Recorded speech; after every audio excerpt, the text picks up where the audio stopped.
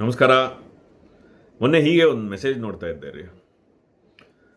ಸುಮಾರು 2040 ನಮ್ಮಲ್ಲಿ ನಡೀತಾ ಇರೋವಂಥ ಏನು ಮದುವೆಗಳಿದೆ, ಈ ಮದುವೆಗಳು ಸುಮಾರು 40% ಕಮ್ಮಿ ಆಗೋಗುತ್ತೆ ಅಂತ ಅದರಲ್ಲಿ ತಿಳಿಸಿದರು. ಈಗಾಗಲೇ ಮದುವೆಗಳ ಕತೆ ಏನಾಗಿದೆ ಅನ್ನೋದನ್ನು ನಾವು ಸುತ್ತಮುತ್ತ ನೋಡ್ತಾ ಇದ್ದೀವಿ. ಮುಂದೇನಪ್ಪ ಮದುವೆಗಳ ಕತೆ ಅಂತ ಯೋಚನೆ ಮಾಡಬೇಕಾದ್ರೆ ಒಂದು 4 ವಿಚಾರ ಮನಸ್ಸಿಗೆ ಬಂತು. ಅದನ್ನು ನಿಮ್ಮೊಂದಿಗೆ ಹಂಚ್ಕೊಳ್ಳೋಣ ಅಂತ ಅನ್ನಿಸ್ತು. ನಮ್ಮ ಸಂಸ್ಕೃತಿಯಲ್ಲಿ ಅಥವಾ ನಮ್ಮ ಹಿರಿಯರು ಮಾಡಿಟ್ಟಂತಹ ಮದುವೆಯ ಅಥವಾ ಸಂಸಾರದ ಏನು ಪರಿಕಲ್ಪನೆ ಇತ್ತು, ಅದು ಬಹಳ ವಿಭಿನ್ನವಾಗಿತ್ತು ರೀ. ಬರೀ ಇಬ್ಬರು ಸೇರ್ಕೊಂಬಿಟ್ಟು ಆಯಿತು, ನನಗೆ ನಿನಗೆ ಒಬ್ರಿಗೊಬ್ರಿಗೆ ಇಷ್ಟ ಆಗಿದೆ, ಒಟ್ಟಿಗೆ ಜೀವನ ಕಳೆಯೋಣ ಅಂಥೇಳಿ ನಿರ್ಧಾರ ಮಾಡ್ಕೊಂಡು ಮಾಡೋವಂಥ ಏನೋ ಒಂದು ವಿಷಯ ಅಲ್ಲ ಮದುವೆ. 2 ಸಂಸಾರಗಳು, 2 ಕುಟುಂಬಗಳು ಸೇರಿ ಕೂತು ಬಹಳ ಕೂಲಂಕುಷವಾಗಿ ಪರಿಶೀಲಿಸಿ ಎಲ್ಲವನ್ನೂ ನೋಡಿ ಮಾತಾಡಿ ಚರ್ಚಿಸಿ ನಿರ್ಧರಿಸಿ ಮಾಡ್ತಾ ಇದ್ದಂಥದ್ದು ಮದುವೆ ಆಗಿತ್ತು. 2 ಕುಟುಂಬಗಳ ಸಮಾಗಮ ರೀ ಅದು, ಅಥವಾ 2 ಕುಟುಂಬಗಳ ಒಂದು ಸಮ್ಮಿಲನ ಆಗ್ತಾ ಇತ್ತು ಮದುವೆ ಅನ್ನೋದು. ಗಂಡು ಹೆಣ್ಣಿಗೆ ಒಬ್ರನ್ನೊಬ್ರನ್ನ ತೋರಿಸ್ತಾನೆ ಇರಲಿಲ್ವಂತೆ ರೀ ಎಷ್ಟೋ ಮದುವೆಗಳಲ್ಲಿ. ಸೀದಾ ಮದುವೆ ತಲುಪಿ ಮದುವೆನಲ್ಲಿ ಏನು ಅಂತರ್ಪಟ ಅಂತ ಏನೊಂದು ಕಾರ್ಯಕ್ರಮ ನಡೆಯುತ್ತಲ್ಲ, ಅಂದರೆ ಎದುರಿಗೆ ಪರದೆ ಹಿಡಿದ್ಬಿಟ್ಟು ಪರದೆ ತೆಗೆದಾಗ ಮೊದಲನೇ ಸಲ ಗಂಡು ಹೆಣ್ಣನ್ನು ನೋಡ್ತಾ ಇದ್ದಾರಂತೆ. ಅಲ್ಲಿವರೆಗೂ ಗಂಡು ಹೆಣ್ಣು ಒಬ್ರನ್ನೊಬ್ರು ನೋಡೋಕ್ಕೆ ಸಿಗೋದು ಅಥವಾ ಏನೋ ಮಾತಾಡೋಕ್ಕೆ ಸಿಗೋದು ಅವೆಲ್ಲ ಪದ್ಧತಿನೇ ಇರಲಿಲ್ಲ ಅಂತ. ಯಾವುದು ಸರಿ ತಪ್ಪು ಅಂತ ನಾನು ಇವತ್ತು ಮಾತಾಡೋಕ್ಕೆ ಹೊರಟಿಲ್ಲ. ಆದರೆ ಮದುವೆಯ ಪರಿಭಾಷೆ ಅಲ್ಲಿಂದ ಹಿಡಿದು ಇವತ್ತಿನವರೆಗೂ ಎಲ್ಲಿ ತನಕ ಬೆಳೆದು ಬಂದಿದೆ, ಮುಂದೇನು ಕತೆ ಅನ್ನೋದ್ರ ಬಗ್ಗೆ ಮಾತಾಡೋಕ್ಕೆ ಹೊರಟಿದ್ದೀನಿ.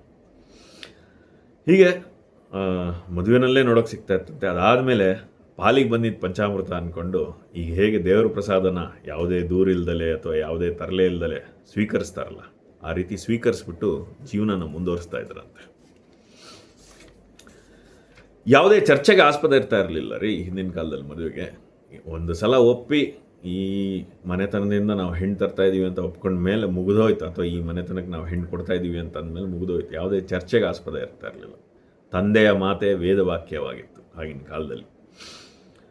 ಅದಾದಮೇಲೆ ಒಂದು ಸಂಸಾರದಲ್ಲಿ ಏನೇ ನಡೆದರೂ ತಗ್ಗಿ ಬಗ್ಗಿ ಹೊಂದಾಣಿಕೊಂಡು ಜೀವನ ಸಾಗಿಸೋದು ಆಗಿನ ಕ್ರಮ ಆಗಿತ್ತು, ಜೀವನ ಕ್ರಮ ಆಗಿತ್ತು.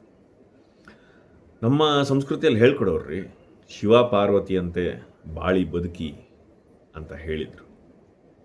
ಹೆಣ್ಮಕ್ಳಿಗೆ ನಮ್ಮ ಮನೆಗಳಲ್ಲಿ ಹೇಳ್ಕೊಡೋರು, ಪತಿಯೇ ಪರಮೇಶ್ವರ, ಅವನ ಪಾದದಲ್ಲಿ ನಿನ್ನ ಜೀವನ ಕಾಣಬೇಕು, ನೀನು ಜೀವನ ಪೂರ್ತಿ ಸೇವೆ ಮಾಡಿಕೊಂಡಿರು ಅಂತ ನಮ್ಮ ಹೆಣ್ಣುಮಕ್ಕಳಿಗೆ ಹುಟ್ಟಿದಾಗಿಂದ ಹೇಳಿ ಬೆಳಿಬೇಕಾದ್ರೆ ಅದೇ ರೀತಿ ಬುದ್ಧಿವಾದ ಹೇಳಿ ಬೆಳೆಸ್ತಾಯಿದ್ರು. ನೀವು ಅನ್ಕೋಬೋದು ಹಾಗಾದ್ರೆ ಗಂಡು ಮಕ್ಕಳದ್ದೇನು ಅಂತ. ನಮ್ಮ ಸಂಸ್ಕೃತಿಯಲ್ಲಿ ಗಂಡು ಮಕ್ಕಳಿಗೂ ಹೇಳ್ಕೊಡೋರ್ರಿ. ಗಂಡು ಮಕ್ಕಳನ್ನು ಬೆಳೆಸಬೇಕಾದ್ರೆ ಮನೆಗೆ ಬರುವ ಮಡದಿ ಮನೆಯ ಮಹಾಲಕ್ಷ್ಮಿ ಇದ್ದ ಹಾಗೆ, ಹೇಗೆ ಆ ಮಹಾವಿಷ್ಣು ಲಕ್ಷ್ಮಿಯನ್ನು ಎದೆಯಲ್ಲಿ ಜಾಗ ಕೊಟ್ಟು, ಅವನ ಹೃದಯದಲ್ಲಿ ಜಾಗ ಕೊಟ್ಟು ಹೇಗೆ ಎದೆ ಮೇಲೆ ಎತ್ಕೊಂಡು ಮೆರೆಸ್ತಾನೆ, ಆರಾಧಿಸ್ತಾನೆ, ಪ್ರೀತಿಸ್ತಾನೆ, ಪೂಜಿಸ್ತಾನೆ, ಆ ರೀತಿ ಹೆಂಡತಿಯನ್ನು ಕಾಣು ಅಂತ ನಮ್ಮ ಸಂಸ್ಕೃತಿನಲ್ಲಿ ಗಂಡು ಮಕ್ಕಳಿಗೆ ಹೇಳ್ಕೊಡೋರು. ಮನೆಗೆ ಬರೋ ಹೆಣ್ಣು ಮಕ್ಕಳನ್ನು ಜೋಪಾನ ಮಾಡಿಕೊಂಡು ಗೌರವಿಸಿಕೊಂಡು ಪ್ರೀತಿಯಿಂದ ಕಡೆಗಾಲದ ತನಕನೂ ಅರ್ಧಾಂಗಿಯಂತೆ ಭಾವಿಸಿ ಜೊತೆಯಲ್ಲಿ ಬಾಳ್ವೆ ಮಾಡು ಅನ್ನೋದನ್ನು ನಮ್ಮ ಪುರಾತನ ಕಾಲದಲ್ಲಿ ನಮ್ಮ ಸಂಸ್ಕೃತಿಯಲ್ಲಿ ನಮ್ಮ ಗಂಡು ಮಕ್ಕಳಿಗೆ ಹೇಳ್ಕೊಡೋರು. ಅದು ಬಿಡಿ, ಆಮೇಲೆ ಗಂಡಸರು ಅದನ್ನು ಹೇಗೆ ಮುಂದೆ ಅದನ್ನು ದುರುಪಯೋಗಪಡಿಸ್ಕೊಂಡ್ರು ಅದು ಬೇರೆ. ಆಮೇಲೆ ಹಿಂದಿನ ಕಾಲದಲ್ಲಿ ನಮಗೆ ಗಂಡಸರು ದುಡಿದು ತಂದು ಹಾಕೋರು ಮನೆಗಳಿಗೆ, ಹೆಣ್ಣು ಮಕ್ಕಳು ಮನೆಯಲ್ಲಿ ದುಡಿದು ದಣಿದು ಮನೆಯನ್ನು ನಿಭಾಯಿಸೋರು. ಇದು ಒಂದು ಸಮಾಜದ ಒಂದು ಪರಿಕಲ್ಪನೆ ಆಗಿತ್ತು, ಒಂದು ಜೀವನ ನಡೆಸುವ ಶೈಲಿ ಆಗಿತ್ತು. ನನ್ನ ಪ್ರಕಾರ ಹೇಳಿದರೆ ನಮ್ಮ ಸಂಸ್ಕೃತಿ ಅನ್ನೋದು ಏನಿತ್ತು, ಚಿನ್ನದಷ್ಟೇ ಉತ್ಕೃಷ್ಟವಾಗಿತ್ತು ರೀ. ಆಮೇಲೆ ಅದನ್ನು ಮನುಷ್ಯನಾದವನು ಹದಗೆಡಿಸ್ತಾ ಬಂದ. ಆದರೆ ನಮ್ಮ ಆಚಾರ ವಿಚಾರಗಳಲ್ಲಿ ಯಾವುದೇ ಕುಂದುಕೊರತೆ ಇರಲಿಲ್ಲ. ಅದನ್ನು ಮನುಷ್ಯ ಅವನಿಗೆ ಅನುಗುಣವಾದಂತೆ ಬದಲಾಯಿಸ್ಕೋತಾ, ಅಥವಾ ಈ ಏನು ವರನಿಗೆ ದಕ್ಷಿಣೆಗಾಗಿ ಕೊಡ್ತಾ ಇದ್ದಂಥ ಒಂದು ಸುಂದರವಾದ ಪದ್ಧತಿಯನ್ನು ಪೆಡಂಭೂತದಷ್ಟು ಬೆಳೆಸ್ಕೊಂಡು ದೊಡ್ಡ ದೂಷಣೆ ಮಾಡಿದರು ಗಂಡಸರೆಲ್ಲ ಸೇರಿಕೊಂಡು. ಆಮೇಲೆ ಮನೆಗೆ ಬರುವಂಥ ಹೆಣ್ಣು ಮಗಳನ್ನು ವಸ್ತುವಿನಂತೆ ಕಂಡು ಶೋಷಣೆಗೆ ಒಳಗೆ ಮಾಡಿದರು. ಅದಾದಮೇಲೆ ತುಂಬು ಕುಟುಂಬಗಳು ಅನ್ನೋದೇ ಮುರಿದೋಯ್ತು, ಚಿಕ್ಕ ಚಿಕ್ಕ ಕುಟುಂಬಗಳಾಗಿ ಒಡೆದೋಯ್ತು. ದೊಡ್ಡವರು ಅಂತ ಕಿವಿ ಮಾತು ಹೇಳೋರಿರಲಿಲ್ಲ, 4 ತಲೆ ಮೇಲೆ ಹಾಕಿ ಬುದ್ಧಿವಾದ ಹೇಳೋರು ಅಂತ ಇಲ್ಲದೆ ಆಗೋಯ್ತು. ಹಾಗಾಗಿ ಅದು ನಿಧಾನವಾಗಿ ಒಟ್ಟಿನಲ್ಲಿ ಕಾಲಕ್ರಮೇಣ ಕಾಲ ಬದಲಾಯಿತು. ನಿಧಾನವಾಗಿ ನಮ್ಮ ಮದುವೆಯ ಏನು ಪರಿಕಲ್ಪನೆ ಇತ್ತು, ಆ ಸಂಸಾರದ ಏನು ಒಂದು ಕಟ್ಟುಪಾಡುಗಳಿತ್ತು, ಅದೆಲ್ಲ ಹೊಡಿತಾ ಬಂತು. ಮನುಷ್ಯ ಅವನಿಗೆ ತಕ್ಕಂಗೆ ಅದನ್ನು ಬದಲಾಯಿಸ್ತಾ ಹೋದ, ಶೋಷಿಸ್ತಾ ಹೋದ. ಹಾಗಾಗಿ ನಮ್ಮ ಸಂಸ್ಕಾರ ಅಥವಾ ಏನು ಸಂಸ್ಕೃತಿ ಅನ್ನೋದಿತ್ತು ಅದು ಈ ಮದುವೆ ವಿಷಯದಲ್ಲಿ ಹೊಡಿತಾ ಹೋಯಿತು. ಆಮೇಲೆ ನಿಧಾನವಾಗಿ ಪಾಶ್ಚಾತ್ಯರ ಮದುವೆ ಕ್ರಮಗಳು ನಮಗೆ ಪರಿಚಯ ಆಯಿತು. ಆಮೇಲೆ ವಿಚ್ಛೇದನಗಳ ಪರಿಚಯ ಆಯಿತು. ಇದೂ ಆಗುತ್ತೆ. ಹಿಂದಿನ ಕಾಲದಲ್ಲಿ ಏನೇ ಇದ್ರೂ ನೀನು ನಿನ್ನ ಮನೆಯೊಳಗಡೆ ಗುಟ್ಟಿನಲ್ಲಿ ಸಂಸಾರ ಮಾಡಿಕೊಂಡು ನಿಭಾಯಿಸ್ಕೊಂಡು ಹೋಗಬೇಕು ಅನ್ನೋದು ಆಗಿನ ಕಾಲದ ಕಿವಿ ಮಾತಾಗಿದ್ದರೆ, ಅದಾದಮೇಲೆ ಜನಗಳಿಗೆ ಪರಿಚಯ ಆಯಿತು. ಕಾನೂನುಗಳು ಬಂದವು ಎಲ್ಲದಕ್ಕೂ.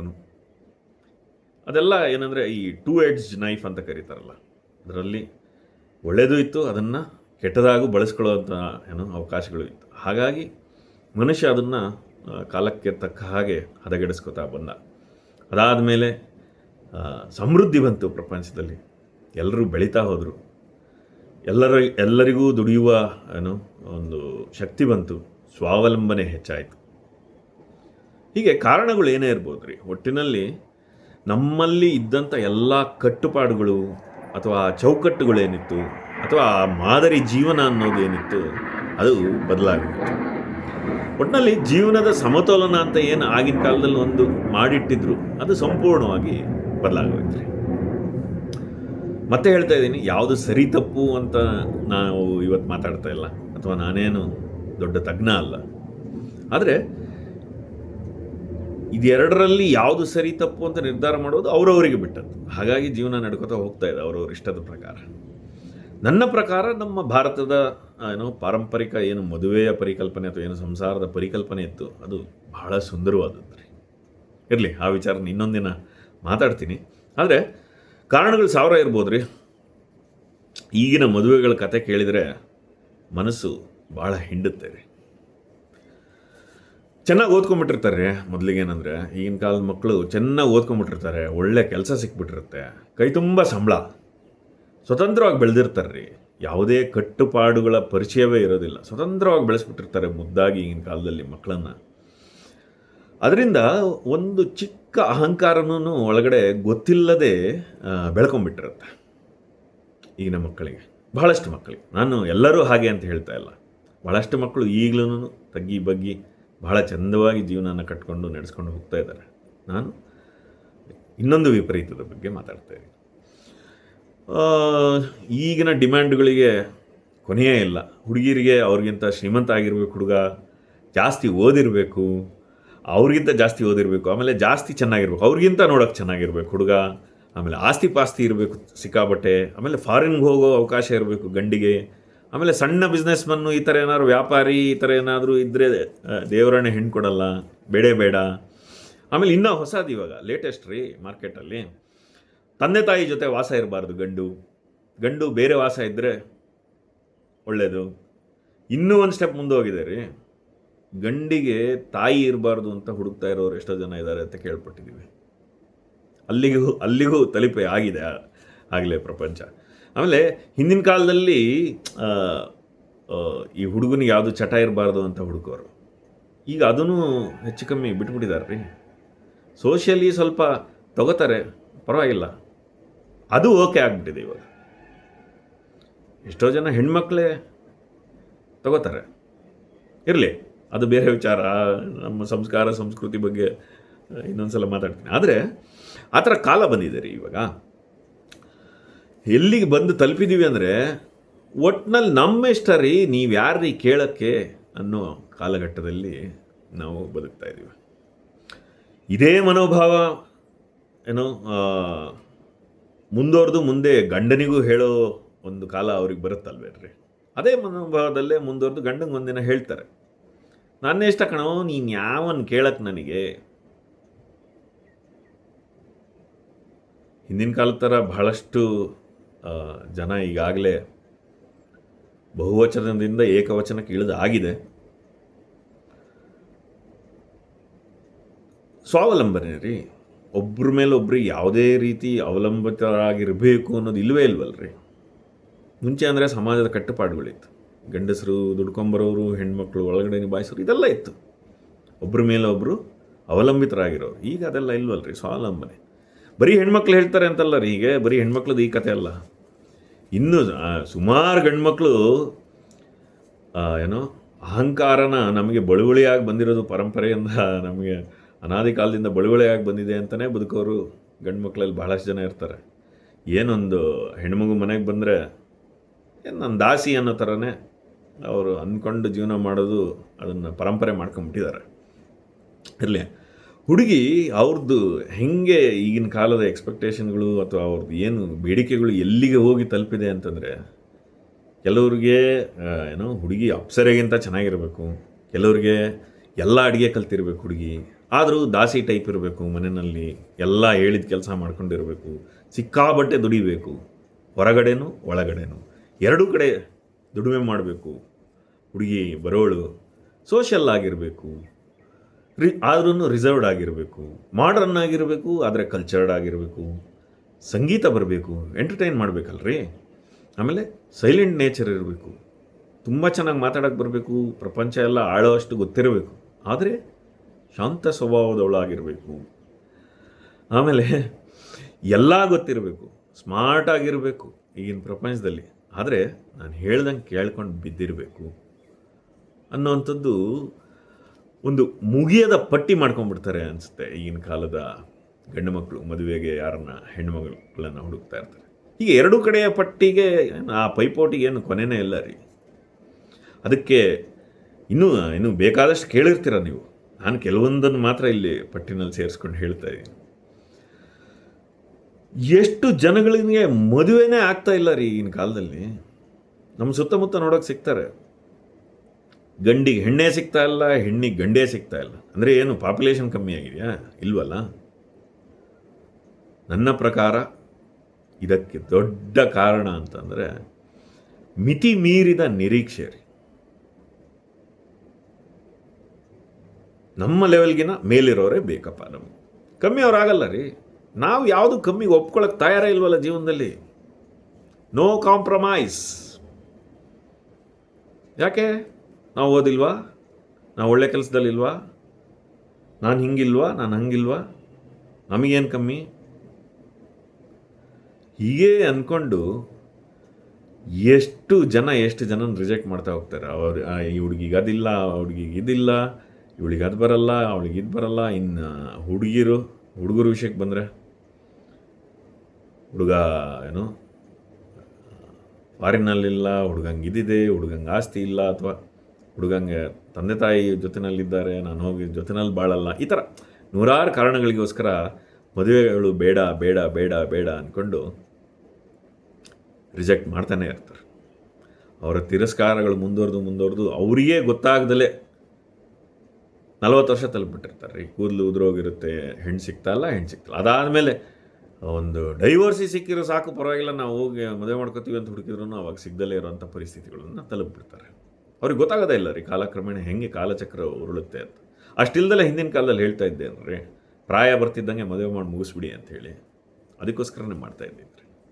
ಇನ್ನು ಎರಡನೇದು, ಹೋಲಿ ಮದುವೆ ಆದವ್ರು ಚೆನ್ನಾಗಿ ಕೂಡಿ ಬಾಳ್ತಾ ಇದ್ದಾರಾ? ದೇವ್ರ ದಯೆಯಿಂದ ನಮ್ಮ ಭಾರತ ದೇಶದಲ್ಲಿ ಬಹಳಷ್ಟು ಜನ ಇನ್ನೂ ಚೆನ್ನಾಗಿ ಬಾಳ್ತಾ ಇದ್ದಾರೆ, ನಮ್ಮ ಸಂಸ್ಕೃತಿಯನ್ನು ಗಟ್ಟಿಯಾಗಿ ಹಿಡಿದು. ನಾನು ಈಗ ಬೇರೆ ಸಂಸ್ಕೃತಿಯವ್ರು ಬಾಳ್ತಾ ಇಲ್ಲ ಅಂತ ನಾನು ಹೇಳ್ತಾ ಇಲ್ಲ ರೀ.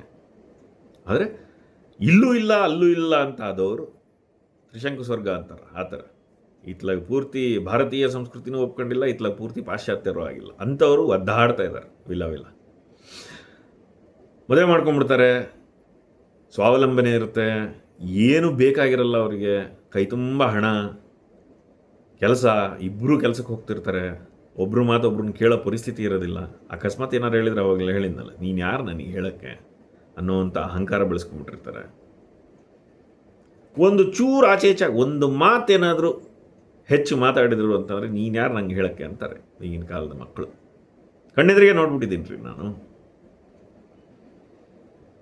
ಅಲ್ಲಿಂದ ಶುರು ಆದದ್ದು ಸಂಸಾರದ ವ್ಯಾಜ್ಯಗಳು ಎಷ್ಟು ಈಗಿನ ಕಾಲದಲ್ಲಿ ಡೈವರ್ಸ್ ಅಂತ ಬಂದು ಎದುರಿಗೆ ನಿಂತ್ಕೋತಾರೆ. ಮದುವೆ ಕೆಲವೇ ದಿನಗಳಲ್ಲಿ ನನಗೆ ಆಗೋದಿಲ್ಲ, ತಗ್ಗಿ ಬಗ್ಗಿ ನಡೆಯೋ ಮಾತೇ ಇಲ್ಲ ರೀ. ಸೋಲೋದು ಅನ್ನೋದು ಗೊತ್ತೇ ಇಲ್ಲ, ಡಿಕ್ಷನರಿನಲ್ಲೇ ಇಲ್ಲ.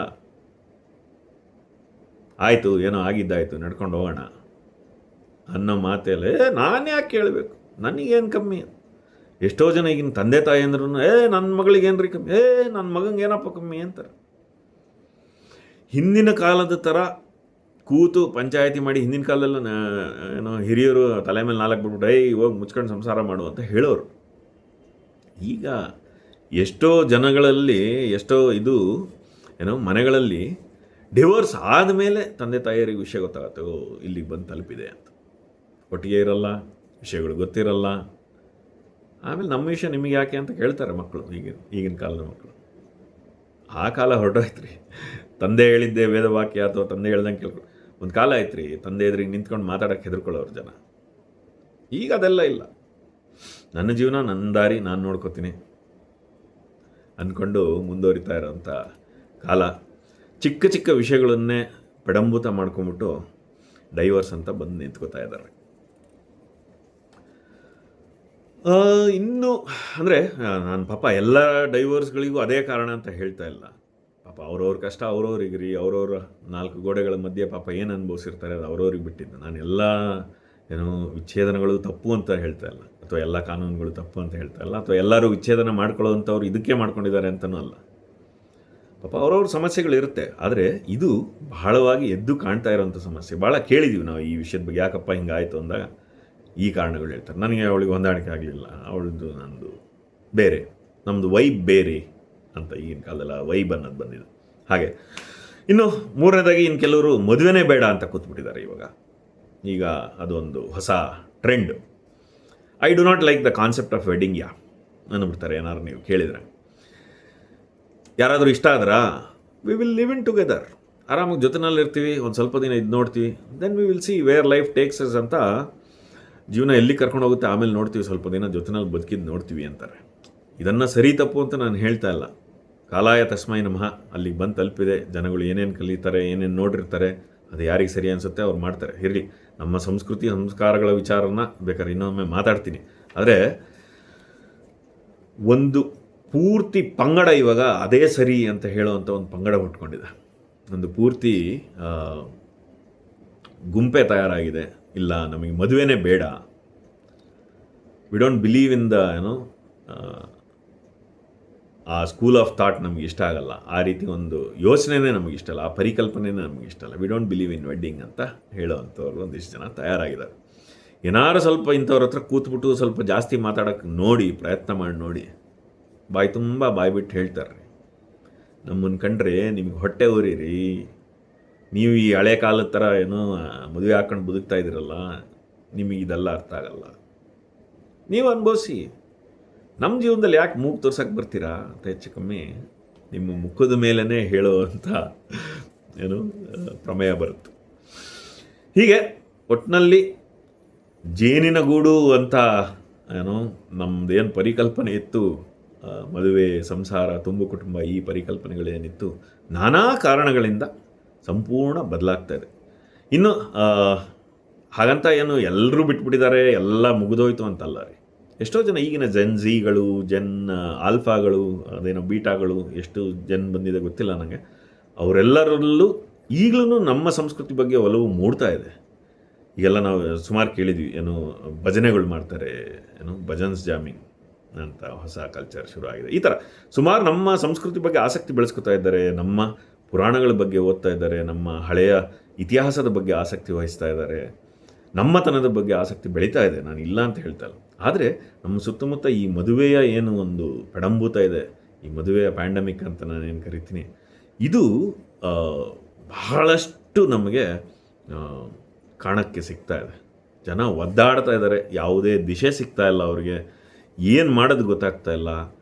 ಒಂದು ಕಡೆ ಮದುವೆ ಆಗ್ತಾ ಇಲ್ಲ, ಮದುವೆ ಆದವ್ರದ್ದು ಡಿವೋರ್ಸ್ಗಳು ಆಗ್ತಾ ಇದೆ. ಇನ್ನೊಂದು ಕಡೆ ಹೇಳೋರಿಲ್ಲ, ಕೇಳೋರಿಲ್ಲ. ಯಾರಾದರೂ ಹೇಳಿದರೆ ಸ್ವತಂತ್ರತೆ ಅಂತಾರೆ.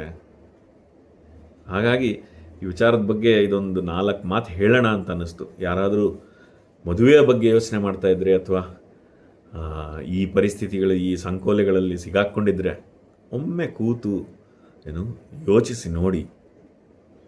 ಕೆಲವೊಮ್ಮೆ ಕಟ್ಟುಪಾಡುಗಳು ಜೀವನಕ್ಕೆ ಒಳ್ಳೆಯದು ಅಂತ ಅನಿಸುತ್ತೆ. ಕೂತು ನೋಡಿ. ನೀವೇ ಈಗ ಇಬ್ಬರು ಗಂಡ ಹೆಂಡತಿ ಇದ್ದರೆ ಕೂತು ನಿಮ್ಮ ಕಟ್ಟುಪಾಡುಗಳನ್ನು ನೀವೇ ಮಾಡ್ಕೋಬೋದು. ಅಥವಾ ಇನ್ನು ಮದುವೆಗೆ ತಯಾರಾಗಿ ನಿಂತಿರುವಂಥ ಒಂದು ಗಂಡು ಹೆಣ್ಣು ಇದ್ದರೆ ಯೋಚನೆ ಮಾಡಿ ನೋಡಿ. ಸ್ವಲ್ಪ ನಮ್ಮ ಆ ಇಚ್ಛಾಪಟ್ಟಿಯನ್ನು ಸ್ವಲ್ಪ ಏನಾದರೂ ಕಮ್ಮಿ ಮಾಡ್ಕೋಬೋದಾ ಅಂತ ಸ್ವಲ್ಪ ಯೋಚಿಸಿ ನೋಡಿ. ಮದುವೆ ಆಗಿರೋರು ಸ್ವಲ್ಪ ಸೋತು ಪ್ರೀತಿಯಿಂದ ಸಹಬಾಳ್ವೆ ಮಾಡ್ಬೋದಾ ಅನ್ನೋದನ್ನು ಸ್ವಲ್ಪ ವಿಚಾರ ಮಾಡಿ ನೋಡಿ.